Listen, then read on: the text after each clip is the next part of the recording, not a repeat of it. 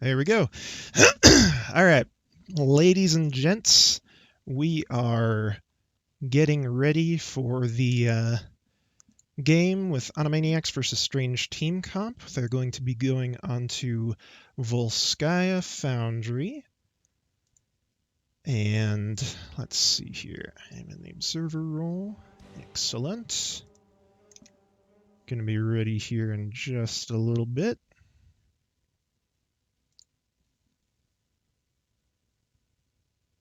Map is Volskaya. Some pause champs in the chat. Excellent. You'll love to see it. You'll love to see it.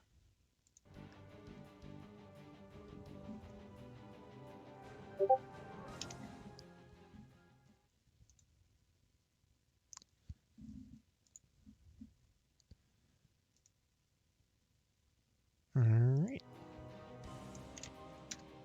Ready. Let's get into it.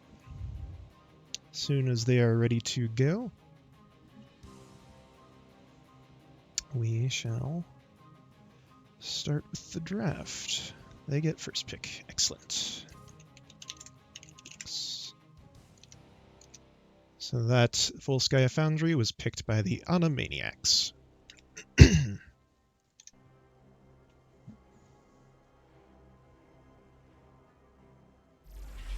Volskaya Industries. Right.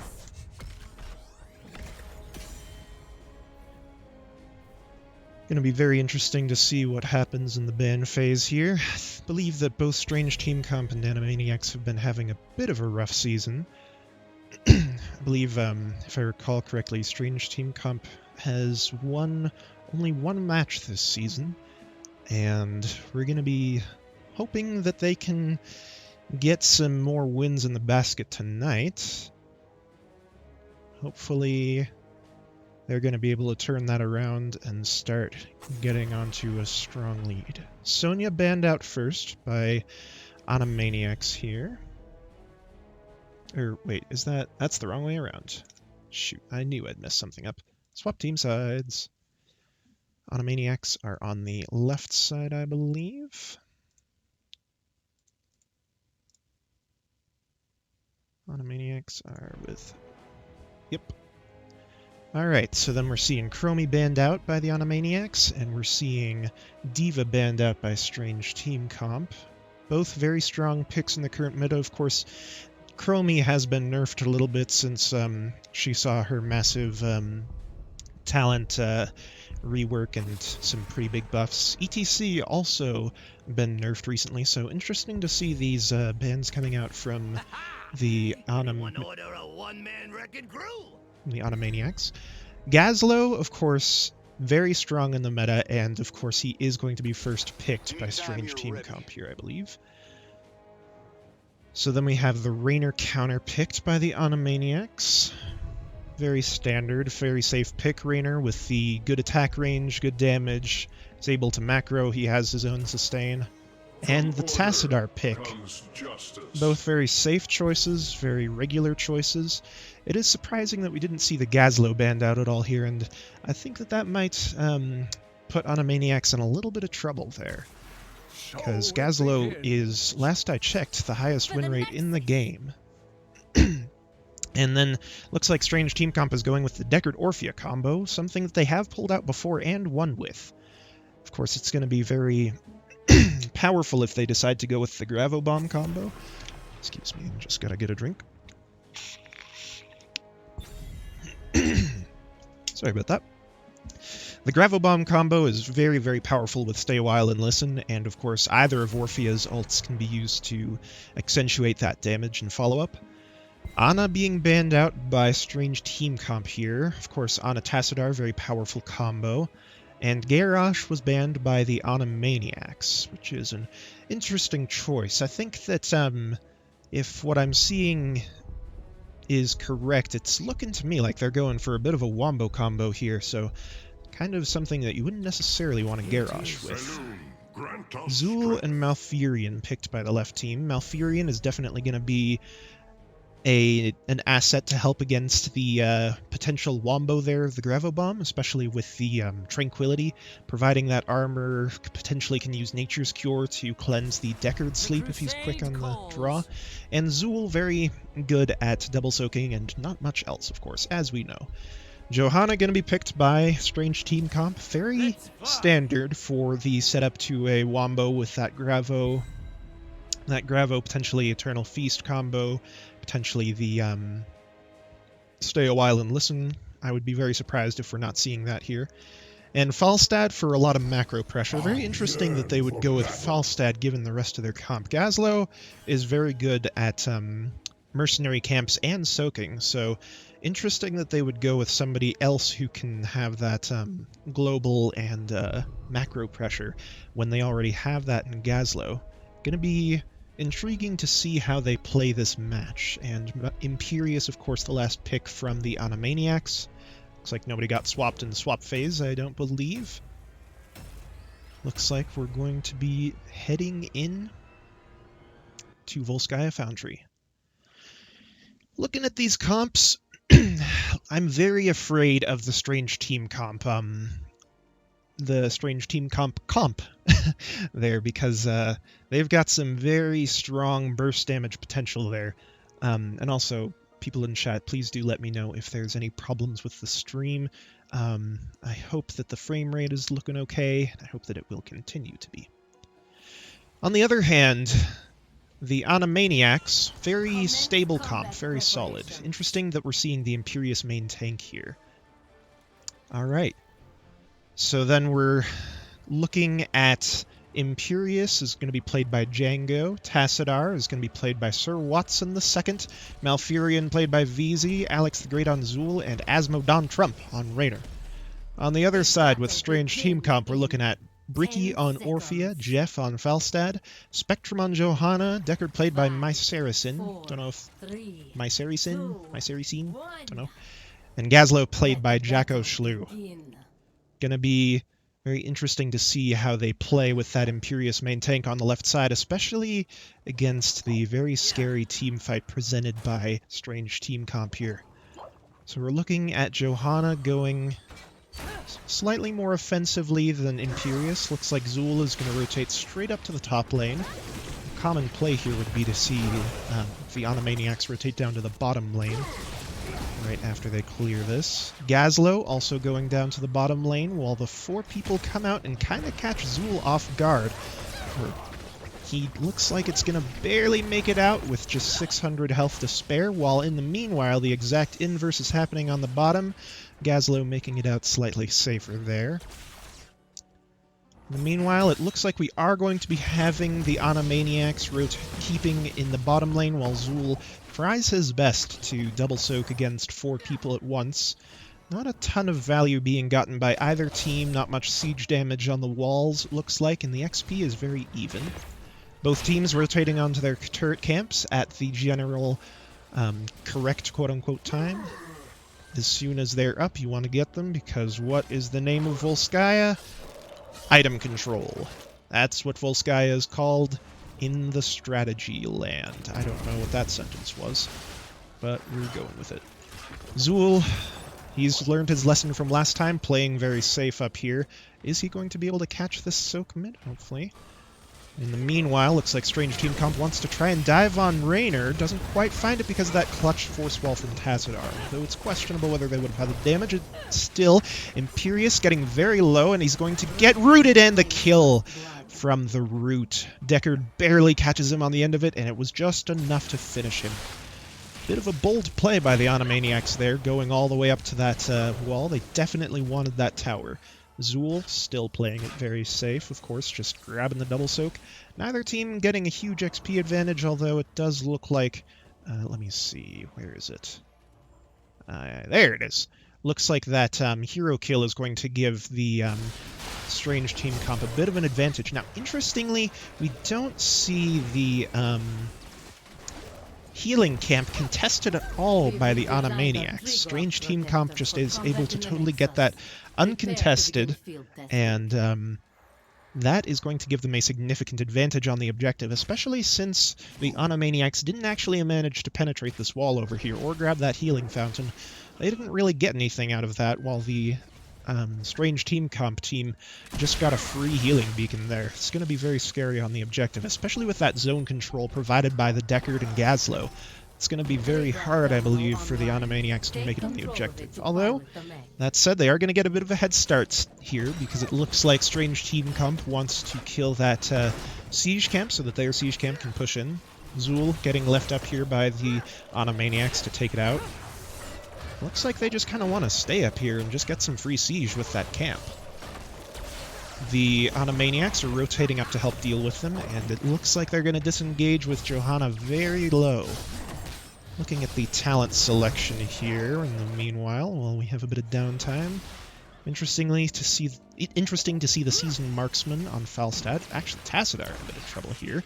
If Johanna gets that condemn on him, he might just... Oh, very nice cleanse, and he's going to get helped out by his team on the flank here, catching Falstad off guard, and it looks like Falstad is going down. However, Raynor is in quite a bit of trouble. He gets rooted, he gets stunned, and he gets killed. That puts them at an even fight. However, the Animaniacs have a superior HP advantage. Tassadar walling his own team in there, but a lot of stuff going off here. That zone control coming in clutch. However, not quite enough to save Gazlowe's life. At the same time, Malfurion goes down. Orphea's making a lot of plays here. Orphea is barely surviving. Is she going to be able... She kills Tassadar. However, Imperius gets the counter kill. Can Imperius kill Johanna? Can Imperius follow up? Looks like Falstad just respawned, is flying in. He's going to put Imperius in a lot of danger. Imperius cleanses that root at the last second. It looks like he's going to get out with a little bit of life. And that puts us at a 67 advantage to the Animaniacs. However, that's going to diminish very rapidly as the Strange Team Comp holds the point. Now, we're having both teams going back to their turret camp. I believe that all the items were actually used there by both teams. So we're back to a 0 item state, just with those turrets being grabbed. We're going to have a couple of items being held. 40 stacks on the static charge for Tassadar. Interesting to see the veteran marksman coming out of Raynor.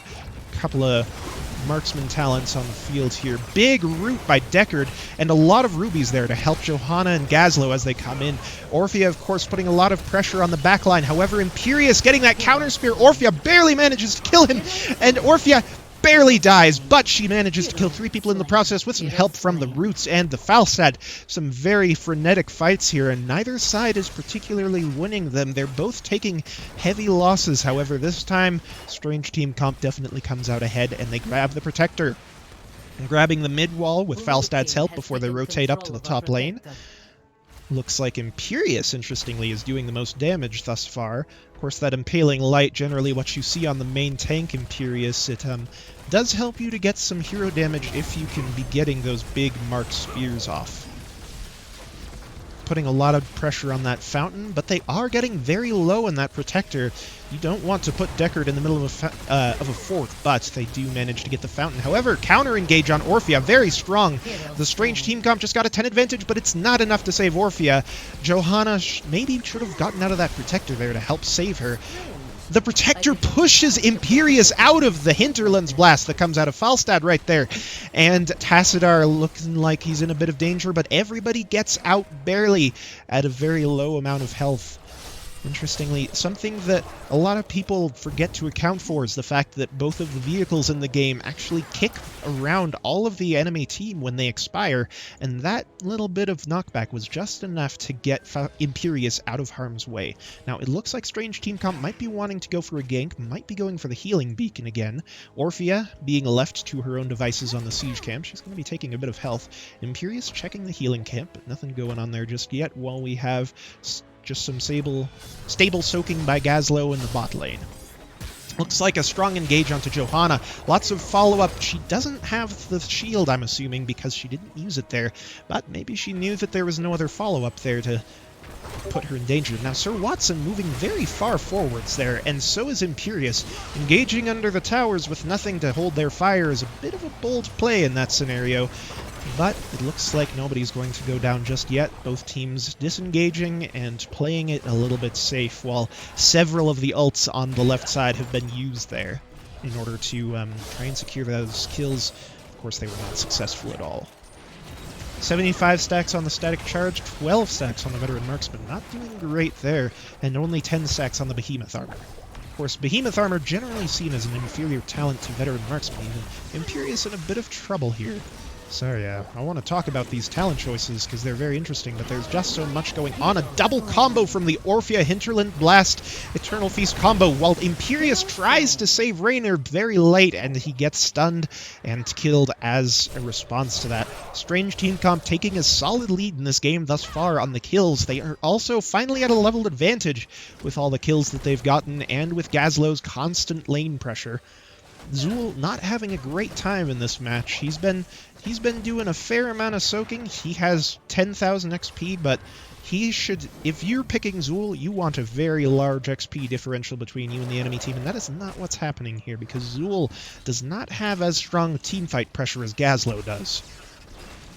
Which is especially why it's very interesting to see the Gazlo not banned. Tassadar going very offensive here, but not going to be punished. Slightly late reaction times by Strange Team Comp, but that is to be expected. Looking like we're going to be losing a bit of soak in the top lane. That is going to be very bad as the game goes on for Maniacs if they don't pick that up. We need them to be grabbing that soak so that they can try and level this XP differential out. However, they're not at a level... They're not at a talent tier disadvantage just yet. 13-14, it's going to be 2 more levels before anything particularly bad happens. However, of course, Strange Team Comp wants to get there as quick as possible with that Falstad global macro pressure. Of course, Falstad also holding the healing beacon. Strange Team Comp does need to be a bit careful if they engage before the Falstad is able to fly up. However, that said, Falstad just coming in before they even take the fight. Zool slightly late on the rotate, and if they want to engage on this Imperius right now, they are going to be able to put a lot of pressure on him. He barely gets out with the conveyor belt speed. Big stale while and listen out of Deckard, followed up by the Eternal Feast and a chomp combo with Orphea. Zool in a huge amount of trouble from the Orphea, and Zool goes down. Of course, Orphea taking that insatiable pressure. Falstad's Hinterland Blast probably would have killed Tassadar, but barely stunned out. However, Imperius and Malfurion both in a bunch of trouble. Imperius just trying to go into the end, barely trying to get that kill on Falstad and not quite making it. And Tassadar also getting killed by a Herodric Cube, while Raynor barely gets killed. And with that, Strange Team Comps concretely takes their advantage and holds it. I don't know where that sentence was going either. Now, very big advantage here to Strange Team Comp. They've won every single team fight they've taken post 3 minutes, I believe. They're also going to be able to take that fort for free, which should concretely secure the Protector in their hands, which means that Falstad can go continue that macro pressure, constantly pushing out the enemy lanes, denying the enemy team XP while Zool frantically tries to keep up. It's just not going to be enough if they can't win a team fight, I don't think, because Zool is just going to have a really hard time while the enemy team keeps their pressure on him. Now the Protector looks like it's either going to go into mid or bot lane. Bot lane is generally what we'd be seeing here to help set up for the third Protector. Of course, taking out that fort is going to provide you with a big advantage in the third objective phase. However, looks like they're just going to go for the mid fort because it's closer. Everybody trying to burn that Protector as quick as possible, but it's definitely going to bring that fort down before it happens. Tassadar taking a lot of damage from that laser for no reason, and Orphea actually just finishes him off with that Dread combo. The Dread Q combo does a fair amount of damage to any squishy, and if you get yourself hit by a big old laser like that, you're going to be in a very sorry state. Imperius trying to solo defend this fort very bravely. Finally, the team comes in. However, they are down a person, and even though there's 2 people stuck in that mech, they're not going to be in any trouble here from the Maniacs as long as they don't do anything stupid. The blue team falls back just a little bit to their keep. Looks like they're finally going to be able to get that Protector after it kills 2 forts. Two objectives in the game, and already all 3 forts have gone down for the blue team. It's not looking great for them. However, Zool getting a lot of pressure in the top lane, but looks like a counter engage going in on Imperius. Another good cleanse, and Raynor barely missed by the Orphea combo. Looks like the red team is just going to disengage while they take that turret camp away from the blue team. Looks like Zool is going to get this fort for free. It's questionable whether the red team could have stopped that at all, the strange team comp team, Blue that team is has to say. destroyed the fort. Whether strange team comp could have stopped that, especially with the Falstad macro, they would have had a good chance, or the Falstad global, rather. They would have had a good chance, but they didn't decide to contest it at all. Falstad actually just got seasoned marksman, I believe, in that last fight, fully stacked. Raynor still not at the breaking even point for veteran marksman. And that's what I was going to talk about earlier. Veteran marksman is almost okay. Nope, we're having another big engage, huge combo going in on Zool, and he goes down again. Constantly, left, right, and center, strange team comp are just getting pick after pick after pick, and they're winning fight after fight. I don't believe the Maniacs have gotten a single kill after the 3 or 4 minute mark. Maybe 1 or 2, but not a large amount. And the item advantage, the XP advantage, is just growing here between strange team comp and the Maniacs. Of course, if the Maniacs can get any sort of kills, they will get a huge XP boost because of that bonus sort of catching up XP bonus that you get for hero kills on teams that are higher level than you. I believe that they'll get 50% more XP right now, push them significantly closer to that 18 mark. However, both teams at an equivalent talent tier right now looks like they want to engage on this Imperius once again. Looks like they're not quite going to find it this time. Imperius is wizened up to their tactics, and he's going to get away scot-free. Now let's check out the damage. Tassadar caught up to Imperius. However, Imperius heavily outdamaging Raynor here, and actually Zool outdamaging Raynor too, which is very interesting. The veteran marksman pick by Raynor is probably a good portion of that damage differential there, because it takes you 40 stacks to catch up with Ace in the Hole. Of course, since Ace in the Hole gives you a passive 10% damage bonus, you need to have a 40% damage bonus on your Give Him Some Pepper in order to make that worth it, due to the fact that Give Him Some Pepper only applies once every 4 auto attacks. STC is very, very far ahead at the moment. That is true, and they are getting a lot of ganks on the blue team. It's very interesting to see how the red team is playing this and how well they're doing, given their past performance in this division. Now, it looks like they want to go for a bit of pressure on Zool, and if they hadn't cleansed, he might have died there. These cleanses are coming very much in handy in this game. Of course, we've seen at least like 4 cleanses thus far that have saved people from certain death. And I, for one, believe that the cleanse is going to be a very valuable and interesting aspect of the game going forwards. I think that a lot of the skill that individual teams can muster is going to be dependent on their individual use of those medallions in the future. Of course, Gladiator's medallion being the most recent Nexus anomaly, gives you a 1 second unstoppable on a 5-minute cooldown. Now, the Animaniacs want to engage on the Deckard Cain. However, a big Gravo Bomb combo followed up with the Eternal Feast, followed up with the Stay While, followed up with the Condemn, and Falstad flies up. Can't even do anything because the fight is already won. He doesn't even need to use that Hinterland Blast. Now the question is, can the Strange Team Comp use this momentum to secure their victory? They can certainly secure this keep, and I don't think there's a lot that Malfurion can use, especially against 2 turrets, Gazlo's turrets, Falstad's siege damage, and I believe that is going to be game number 1, going over to the Strange Team Comp. Very rapid core burn, especially with those 2 turrets. There's nothing Malfurion can even hope to do in this scenario, and it looks like game number 1, Strange Team Comp, 2nd win of the season. Very well played, and GG to Strange Team Comp.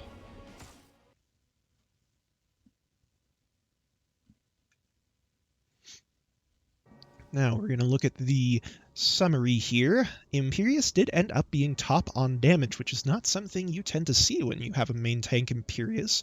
Very interesting. The Raynor, still getting out damaged by most people in the game, actually was inferior to the entire enemy team's damage, so might want to re-examine that playstyle and see if you can improve on that. Orphea coming in with a boatload of damage, 45k, and everybody on their team had a lot. Of course, Falstad pretty much managing to keep up with Zool with the assistance of his team in gathering all that spare XP, and the heals coming out from Deckard more than matching Malfurion. So all in all, very solid game by STC, very solid plays, and everybody seemed to play their role pretty well. Orphea was the only one who died more than once, interestingly, so she might want to be a bit more careful in game number 2 if they want to carry that momentum going forward. Now then, let's see what we can do about game number 2.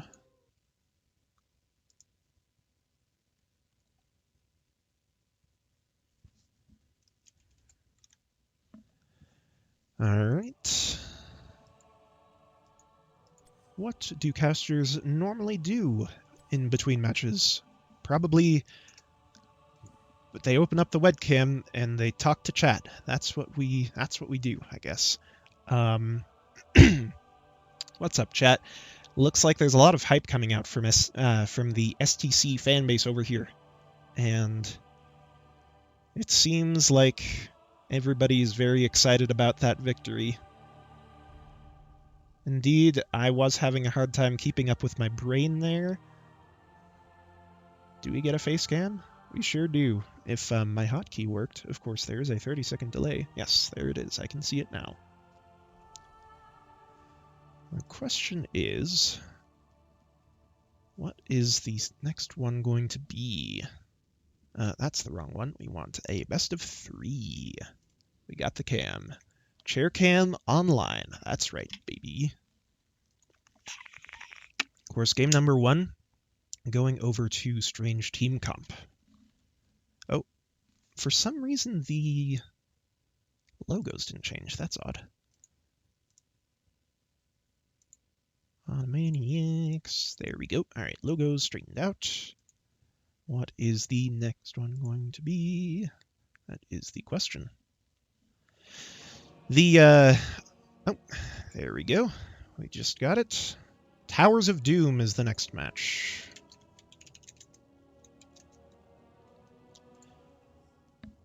Excellent. Towers of Doom, also a very strong map. Thank you. STC picked the map this time. Towers of Doom, very strong map for the wombo combo potential there. If Strange Team Comp decides to pull that again and are able to, they are going to, I believe, have a lot of pressure on the Maniacs once again. Of course, I would be surprised if the Maniacs don't ban out that Gazlo. Yes, very bold comp indeed with the Imperious main tank. And the Imperious main tank did work out for them pretty well, but they weren't quite able to follow up his stuns before they got taken out by the counter engage on Team 2. And no problem, Dr. Evil. It's my pleasure to cast.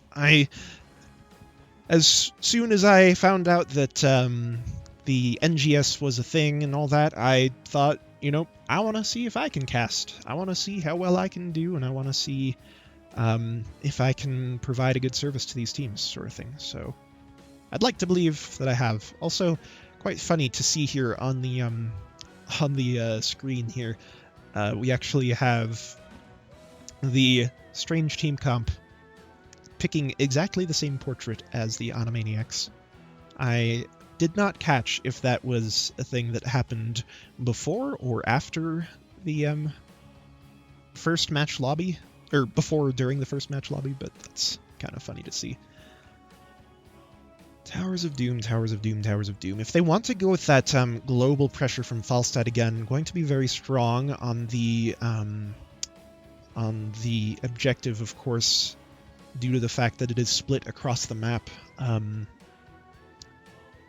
going to be interested in seeing what they pick on the side of STC, because the Animaniacs can't ban out all 4 of their heroes, obviously, that they used for that wombo setup. Towers. Arguably 5 if you include the Hinterlands, of course. Not a common pick, but it did get a little bit of value in that game. It certainly finished off some kills that would not otherwise have happened. Going to be interesting to see what's going on. To sound. Alright, Chromie once again banned by the Animaniacs, so They still like to go against that Orphea, I suppose, unless they decide to ban that out in number 2. Okay, they are going to ban the Orphea, so I have no doubt that we're going to see the Gazlo first picked if it doesn't get first picked by the Maniacs. Oh, but STC does actually ban Gazlo out before they have the opportunity, in addition to, once again, the Sonya ban.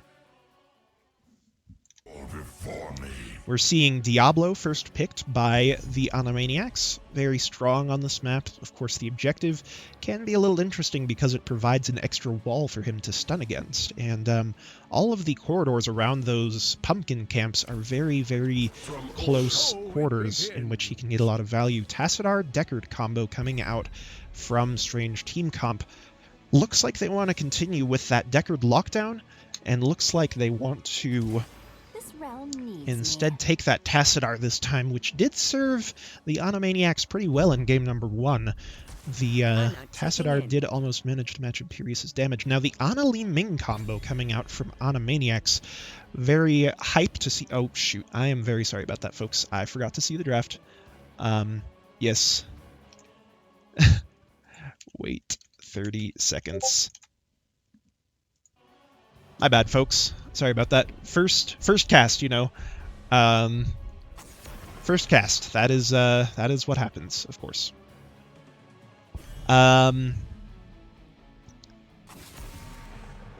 Anyways, so the Ana Li Ming combo, very potent, very strong, very well known, because if you can get 30% more spell power, you're that much more likely to kill people. And you can also, of course, do it much more often. Johanna Tychus coming out. Looks like they want to counter that Diablo.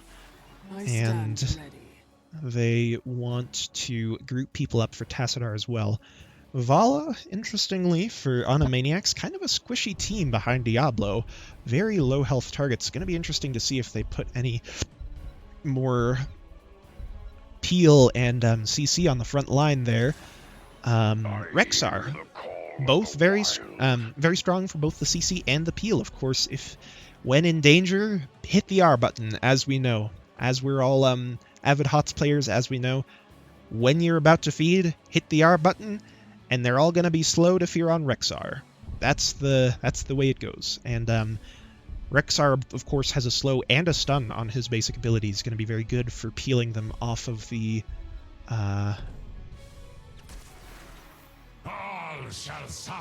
on the front line there. It's going to be interesting to see if Tychus and if Tychus can get any kills there, especially with potential Entombs coming out from Leoric. Could be very powerful with a Black Hole combo if we see that happening.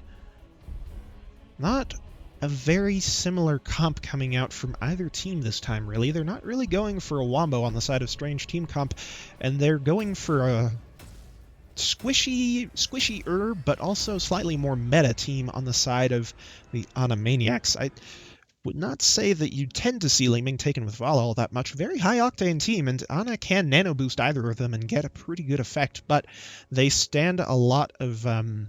they stand to lose a lot if Leoric gets a solid Entomb on them, or if Johanna gets a good shield, or if Deckard gets a good sleep.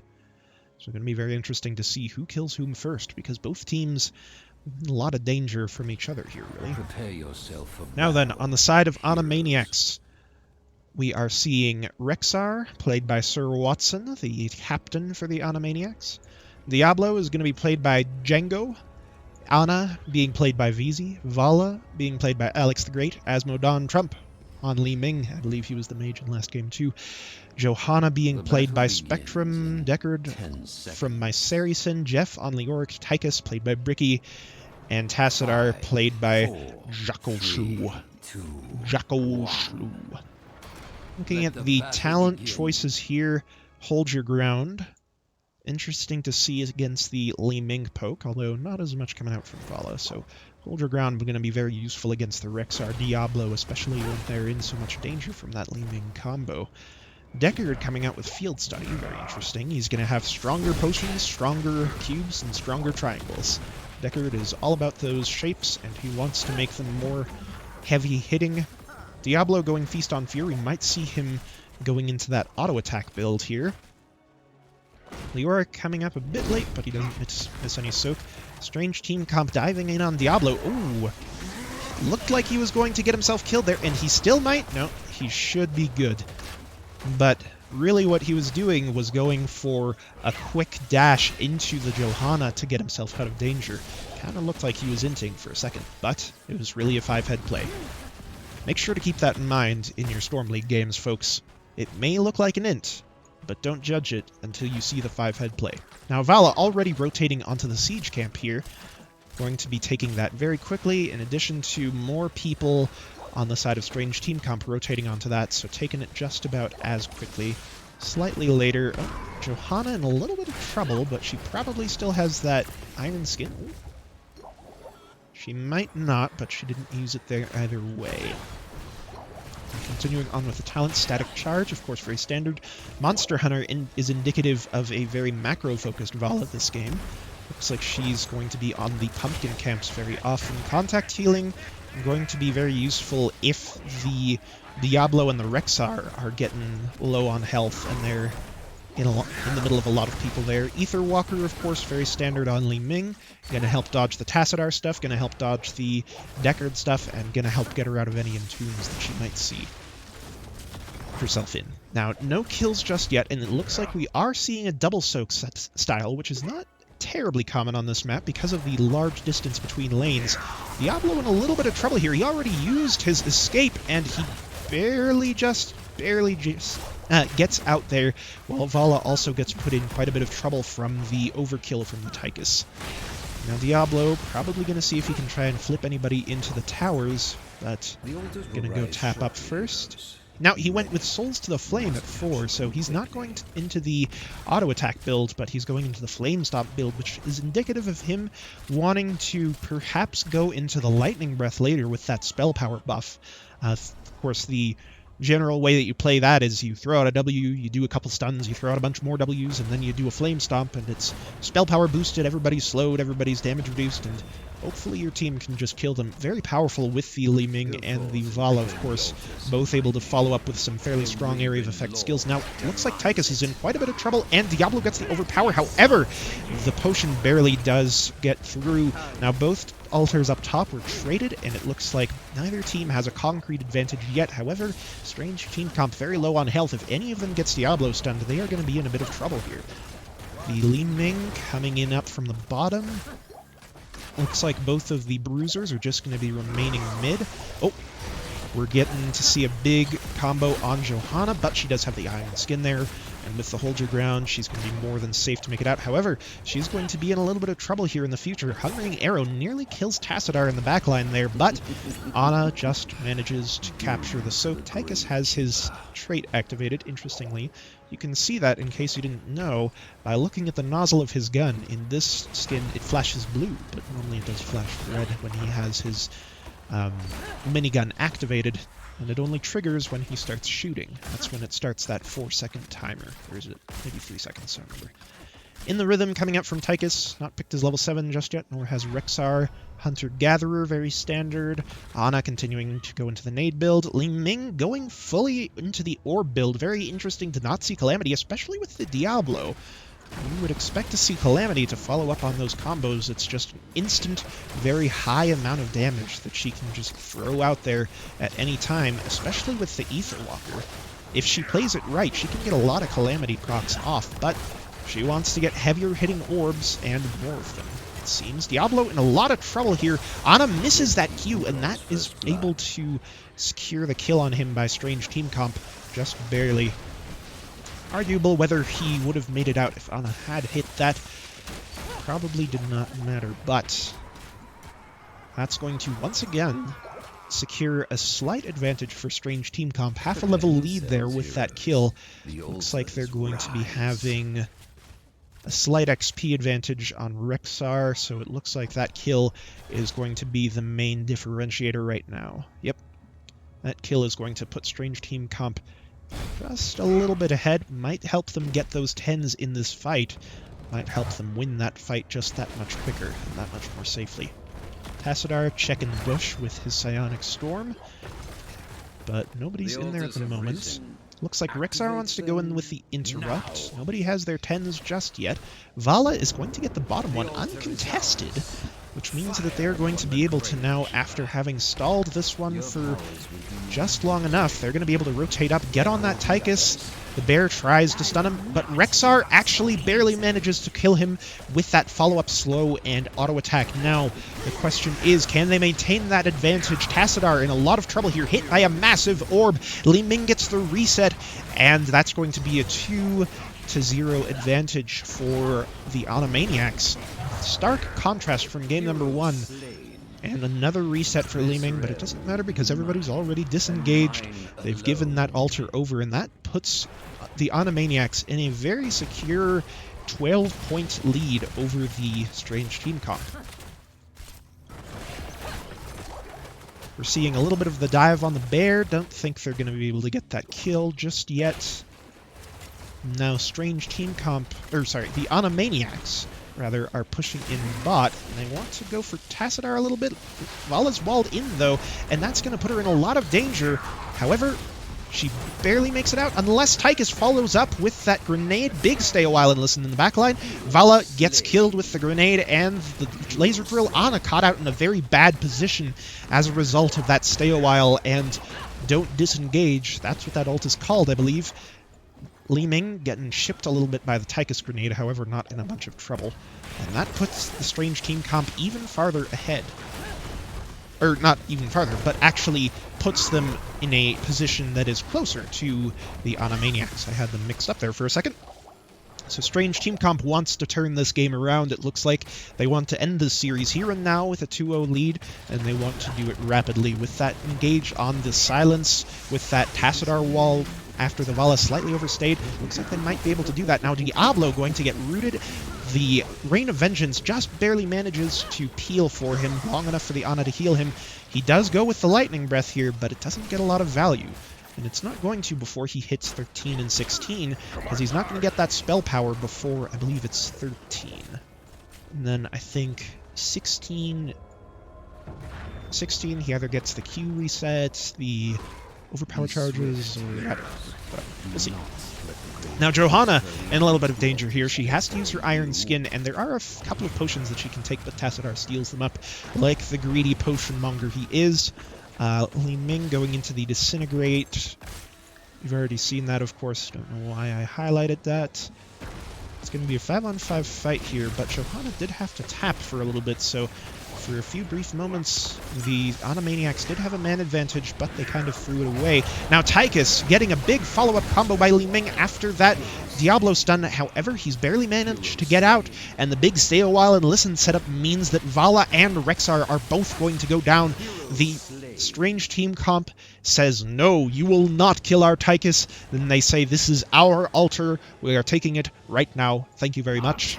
And they are going to gain a 13 lead. Full level advantage going on to the Pumpkin Camp. They're almost managing to even up that score. One large rotation, or one large objective, and they will be able to even that score out. Just another 8 points dividing them. Now, the Animaniacs are going to be defending this keep as hard as they can. Johanna in a little bit of danger, but she has the Iron Skin. Of course, very big amount of damage bursts right through the Iron Skin, but just barely not enough due to that hold your ground bonus shield durability. They're not going to be able to quite burst her down, although it was very close with that puncturing, that puncturing arrow, repeating arrow combo along with the orb. The Animaniacs are definitely hungry for kills, which is no big surprise after the Li Ming pick. Glass Cannon, picked by Li Ming, of course, also known as Ass Cannon in some circles. But not on this stream. This is PG stream, PG content. So it looks like Li Ming is going full on into the Orb Megalol build. I don't think I have that emote enabled in my chat, but I definitely need to get it as such. Let's look at the stats a little bit here while we wait for this fight to reach its climax. Li Ming getting a lot of poke damage, of course very characteristic of the Orb build. Tassadar as well, quite a bit of damage. And Rexar engage from the top, but there's nobody there to follow up those boars. And yeah, you're putting yourself into a position where you can get a free entomb. I don't even think that Blessed Shield was necessary. That Rexar just threw his life away, and probably this objective while he was at it. Of course, the Animaniacs look like they don't want to fight that, and Strange Team Comp is just going to rotate onto that, saying, thank you very much, we will take that 4-point advantage, and we are going to even this game up as quickly as we can. Leoric rotating back to the top lane, probably going to get a bit of an XP advantage over the Rexar while he's at it, while the rest of the Strange Team Comp just continues pushing forward to this tower. With the Draken Laser Drill, they'll have a little bit of more siege damage, but putting it down without a minion wave to soak up some tower shots is going to mean that it doesn't get a lot of value here. Now, Li Ming coming with big orb combo on Johanna does kill about a third of her health off, but nowhere near enough to kill a tank like Johanna. Diablo is at full souls, and he does have Hellfire. Yes, so I believe that the level 16 is the slow and the damage reduction, which is going to be very handy for him, given how much damage he's taking. Now, the Ana did try and save him there with a big grenade, I believe, restored like a quarter of his health, but they just have too much engage on the side of Strange Team Comp for Diablo to get away from. And that's the problem with this late-game style. Once they build up an advantage, they are going to just keep pushing more and more onwards with that Tychus pressure, with that Tassadar pressure, and with that Deckard constant CC danger. Now, we have a big Entomb coming up from Leoric here, gonna almost kill Vala. However, Diablo in much more trouble, while Leoric gets counter-killed, but it's not gonna be anywhere near enough. Interestingly, I believe the Nano Boost went onto the Vala there, if I saw correctly, rather than the Li Ming, which is potentially a misclick. And it's going to mean that they do not win that fight. Strange Team Comp is going to be able to get an alter advantage here. They might even be able to get the triple cap with that two-person... shoot, I can't think of the word. With that two-person difference. Rexar playing it very safe here. He should go for that altar as soon as possible, rather than just waiting, because he is not going to have reinforcements in time. It looks like they're just going to come and claim this altar for free. Question is, can he stop it? I think the answer to that is probably no, especially with the bear almost dying instantaneously. And it looks like Strange Team Comp is going to get another free altar. That's going to bring them up to a... Since they just gained the bottom fort, I actually missed that. That's going to bring them up to a whole 11-point advantage. Now, Vala and Li Ming get a lot of siege damage down there and take it back, but Strange Team Comp says, we don't care, we will keep taking your forts. Every time you take one of ours, we will maintain that fort advantage, we will maintain that objective advantage, and we will just grind you out of this game. Now, Tychus and the rest of his team rotating onto the Sapper camp. They're almost at that 20 advantage, but with that Diablo kill that I guess I accidentally missed, sorry about that, but I assume he died defending that fort. With that Diablo kill, they're going to be able to get that Sapper camp for free and take bottom fort right back, while the Animaniacs are focused on grabbing that mid fort. Red team has destroyed the fort. The Animaniacs are going to get that mid fort, but bot fort is usually considered to be more valuable on this map because you get that double sapper camp pressure. You can potentially take core damage if the sappers reach all the way into the death zone, and having the bottom fort means that it's going to be that much harder for you to rotate onto either altar during the mid-altar phases.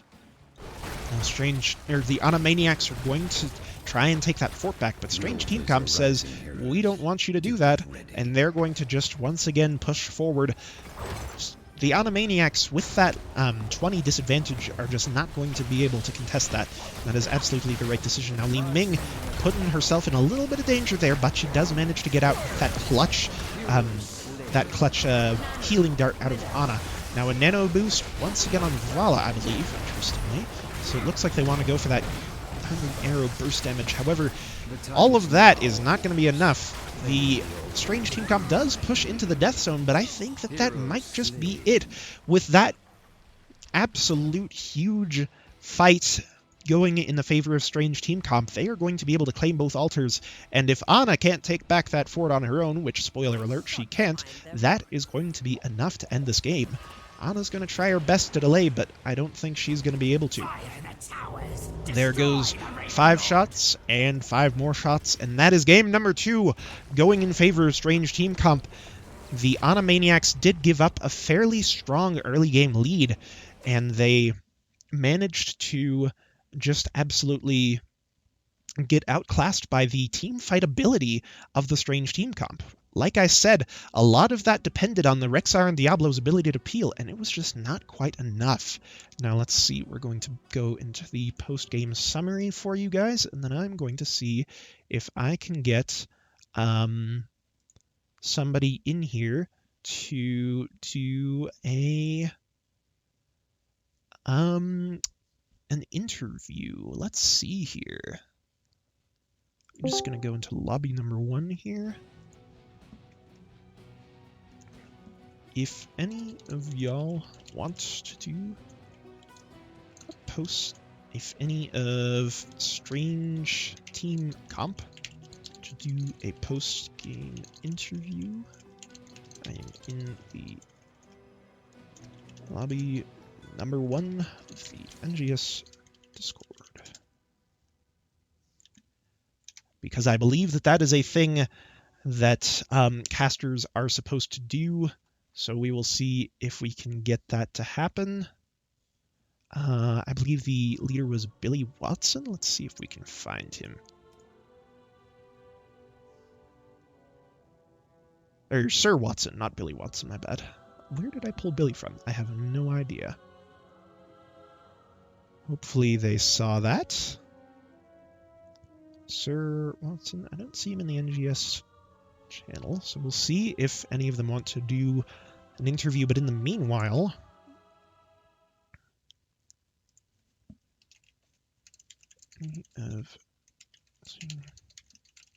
interview ready. In the meanwhile, we'll do a bit of a post-game analysis. So, Li Ming, of course, got a lot of damage out of that orb build, but that is classically what you tend to see out of it. And 0 kills out of the Ming, so very interesting choice by the Ana Maniacs there. And it looks like Deckard did manage to out-heal the Ana. Tychus put a lot of pressure onto that Diablo and made it very hard. Did I... Oh. Wait, what? Hello. Hello there. Strange Team Comp was the victors, and are you the captain of that team? Sorry, I'm a little bit new to this, obviously, and I'm not terribly acquainted with the teams yet. I want to know what your thoughts were in that draft, however much you're willing to tell me, after they decided to go with that that very squishy backline. We were like, okay, they're going very squishy, and it was our 5th pick, which was the tough one, which we ended up going with Leo. But we had a couple other things in mind to try to like get back there and eat them up. You know, and that match started rough too, with them really being able to zone us off the points, and we weren't able to cap until basically once we got 10, and then we could combo. Yes, it looked like you had a lot of luck with the Entombs, with the Blessed Shields, and with the Stay a While and Listen. It seemed like you used your ults just in a much more coordinated fashion than the enemy team. Would you say that that's true? I mean, they didn't seem disjointed, but that's something that we've been working on. Today's actually our first win, our first match win, so... Yeah, I noticed that. Those were your 2nd and 3rd game wins of the whole season, and very well done there. Yeah, it's exciting. Everyone's ecstatic. But that's one thing that we've actually, like, going into practice games and like even quick matches with just the comp that we want, so that we're like, okay, the only thing we're going to try to do is get that 5-man wombo. And you know, I think it really paid off. It definitely worked very well in the first game, and I was curious to see how you would do in your second game after you played your hand with that. But going with the Tassadar Tychus combo seemed to work very well for just bursting them down extremely quickly. Yeah, that's, you know, Jakashlu was really good at calling out the walls so that I could pop my minigun and really just go to town on the Diablo whenever he would step out. There were definitely some very important walls that he had there, especially when Vala overstayed her welcome at the bottom fort. And Diablo, it seemed like he just could not do much against the Tychus's pressure. Well, I'm a Diablo main, so like I'm like kind of like trying to time his stuff. I go a different build than he does, but you know, the Flame Stomp build is definitely not common. as a Diablo and there's a Tychus, you know, I just disappear, and so I was trying to channel that energy whenever he would step forward. It definitely seemed like you had a lot of success with that, especially since he decided to go for that W build. He just kind of wants to be in there the whole time, let off a bunch of Ws, go R with his lightning breath, and just totally denying him that with the minigun seemed to work out very well for you. I am also interested in what was the thought process on going Ruby? Did you want to did you plan to like get a lot of Johanna healing with that Ruby? Did you want to potentially use that as a follow-up for when Diablo went in? What was your kind of thought process with Ruby and the whole Deckard pick in general? Deckard is one of our favorite healers, even after the Ruby got nerfed. I think it's still really strong. It allows you to follow up in those team fights, where I know it saved my ass a few times with Tychus, where I was just like skirting away, trying to pick up whatever potions there were. But yeah, whenever we can get Misery Sin on Deckard, it allows us to really up the pressure. Okay, so you pronounce it Misery Sin. Him. That is something that I know a lot of casters have been wondering. Yeah. Last time we got casted, we all had a good laugh. Very interesting. Yeah, I think that it definitely seemed like you had a very solid strategy going into game number 1, and you adapted very well when that strategy was altered in game number 2. Are there any shoutouts that you want to give to any big plays, anybody on your team that you want to shout out? Well, I want to shout out the Animaniacs. Like, they put up a really good fight. This was a rescheduled game, and so like both teams being patient with each other to try to get it back on track. So I want to shout out the Animaniacs, and then obviously all my teammates. I think everyone, has really been stepping it up and, keeping our morale up, going into this, like not having any matches under our belt with our name on them. Also, I want to shout out to Better Than Bots. They're kind of our sister team, sort of our the older sister, I guess. Okay. But we practice with them a lot, and we get a lot of time in there with all the bots guys and gals. Is it a strategic choice to scrim with somebody in another division? Well, they're the whole reason we started a team. We were all kind of like, I was in Heroes Lounge, I was one of their subs, and they're like, you just got to start a team, And so we kind of all met through the Better Than Bots like Discord server, so that's kind of where we hang out, except for like on game days. Very nice. Shout out to them. Shout out to Misery Sin Sleeps, Potions. Those were pretty huge. The Grav Bomb, Blessed Shield, Entomb. Shout out to all that. That was pretty much the big plays where, those big exciting moments. So I'm really proud of everybody. Again, good game, Animaniacs. Yeah, that's about it. In case you didn't know, I'm actually part of the Deckard's Erudition team, and we had a very similar start to our season as well, so I can definitely empathize with that. And I look forward to meeting you in the playoffs. Oh, yeah, hopefully we will make it. And I know the cutoff's coming up soon. We might be one of those cuspers. But yeah, hopefully we see you there. And good luck with the rest of your season. Thank you, and thanks for such a good match to cast. Yeah, thanks for casting. Of course, anytime. Alright, well, with that, very solid showing by both teams there. The Animaniacs, they didn't do very well in game number 1, but they really mustered very well at the beginning of game number 2, and they almost pulled out that turnaround. So hopefully we'll be able to see them do something like that in the future, but just a very solid showing by Strange Team Comp that did not allow them to pass in that game number 2. They just kind of rolled forward and destroyed everything in their way. Both teams, very solid, very enjoyable match to cast, and a lot of fun plays in that game. I look forward to potentially casting more matches in the future. I would appreciate any feedback that any of you can give me.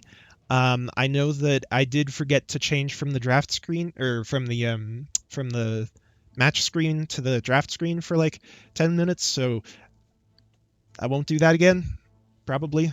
But that was a lot of fun. Definitely more difficult than I expected, and I look forward to improving my skills if I choose to keep doing it in the future. So I bid you all a good evening, unless there's anything else to see. Thanks for casting. Thanks for casting. No problem. That was very fun. All right. I will see you all on the flip side.